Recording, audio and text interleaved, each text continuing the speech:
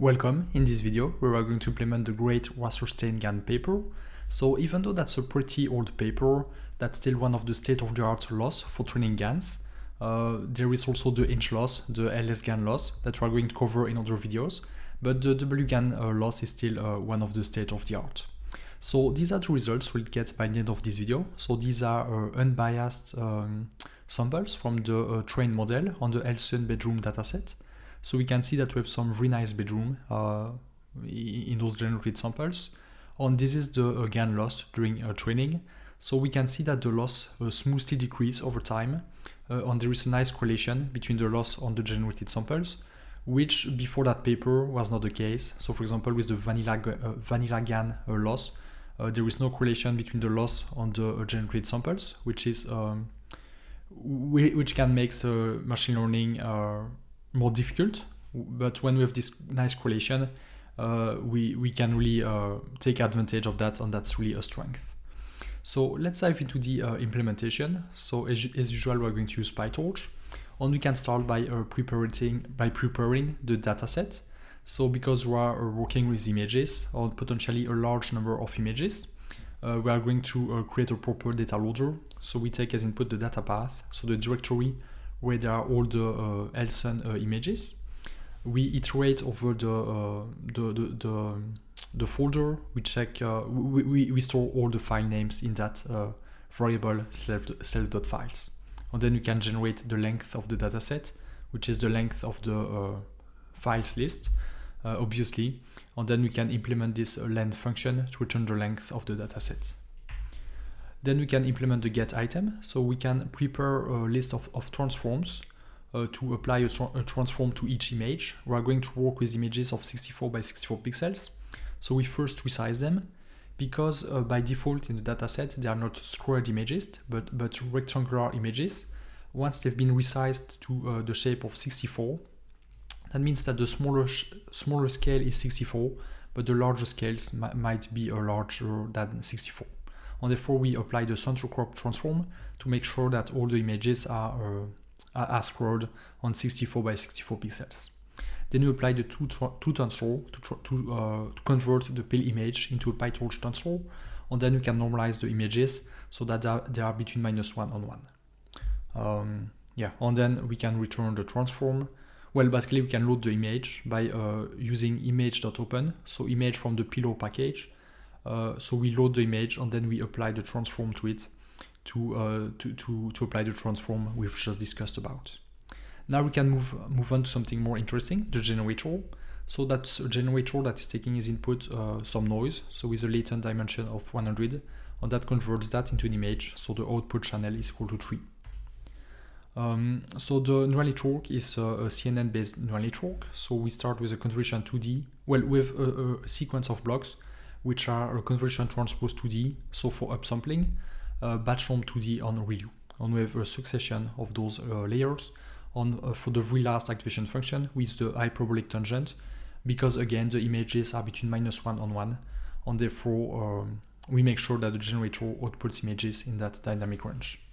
Now we can move on to, before moving on to the discriminator, we should not forget to implement the forward pass of the generator, and we just need to forward the noise to the network. So now we can move on to the discriminator. Likewise, it will be a CNN-based neural network. Instead of using a convolution transpose 2D, here we are using convolution 2D, sometimes with a stride of 2 to downsample the images. So we are starting with a spatial resolution of 64 by 64, and at the very end, we want only one value, the probability that this image is real or fake. So after this last convolution, if we feed as input an image with a spatial dimension 64 by 64, the output will be only 1 by 1. And then we can, like the generator, we can implement the forward pass, which is very simple, just calling the self.network. Now we can implement a sample noise function, so to sample Z from the latent distribution. For that paper, we are going to use a Gaussian distribution. Now we can implement the training loop. So basically that's a straightforward implementation of the pseudocode from the paper. which is, I think, a bit below. Okay, so basically we're doing a straight implementation of that pseudocode. So very easy to turn the pseudocode into code. So we iterate over the number of epoch. Every 500 epoch, we are training the discriminator a bit more than the at every epoch we train the discriminator a bit more than the generator. So for one iteration of the generator, we do 5 iterations of the discriminator, but every 500 epoch, or for the first 25 epoch, we train the discriminator a bit more. So 100 times more than the generator. And we do that because the discriminator, that we also call the critic, is an estimate of the W distance, and therefore we need the discriminator to be optimal or close to optimality to provide the proper signal to the generator. But that's a standard practice for GAN. Even in the vanilla GAN, in the pseudocode, there is also this loop, line 93, to train the discriminator a bit more than the generator. So we can sample a batch of real data. Then we can sample some noise. So with Z and X, so some noise and some real data. And then we can compute the loss. So basically a straight implementation of the loss from the paper. So we compute the loss and then we do one gradient step of the discriminator. Now, before moving on to training the generator, we need to do the gradient clipping. So this is to make sure that this is to enforce the Lipschitz constraint to the discriminator. I will not discuss that in detail. This is explained in detail in the paper, so I invite you to have a read to the paper. And I also have a full course about that on Udemy, where I described everything in detail. So if you need more details, do not hesitate to have a look. But basically here we enforce the Lipschitz constraint by clipping the parameters. That's not the best way to do it. There are other ways that we'll see, for example, in the WGAN with gradient penalty paper that we're going to implement in my upcoming videos. So subscribe if you're interested into that. But okay, we enforce the Lipschitz constraint, not the best way to do it. We'll see later better ways to do that. But once this is done, we can move on to training the generator. We sample some noise. The noise allows to sample fake data, and then we compute the loss for the generator. And then we can just do one gradient step to update the weights of the generator. And finally, we can return the training loss. Before putting everything together, we can we need to make sure to properly initialize the weights of the neural networks. So we implement this init_weight function. For convolution 2D, we'll initialize the bias to 0 on the weights with a normal distribution with mean 0 on standard deviation 0.02. And we do the same for convolution transpose 2D. Before putting everything together, we also need to implement a moving average function. That's not needed for training. That's just needed for visualization. So we're going to plot the loss during training, this loss. Because the loss is a bit noisy, we apply a filter to it. In the paper, they apply a median filter. Here we are applying a moving average filter because that's a bit simpler to implement, but both give results that are similar.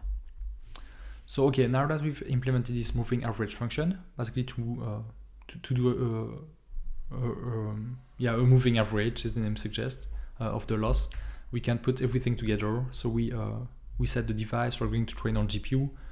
We use a batch size of 64. Then we create the generator on the discriminator. We initialize the weights properly by calling the init_weight function, and then we create the optimizers. And we use the optimizers that are described in the paper. So basically all the hyperparameters are the default one from the papers. So we're using RMSprop. Then we can create the data loader, and finally call the training loop to train the neural networks. Once this is done, we can first plot the loss. So calling the moving average function on the critic loss to get this figure.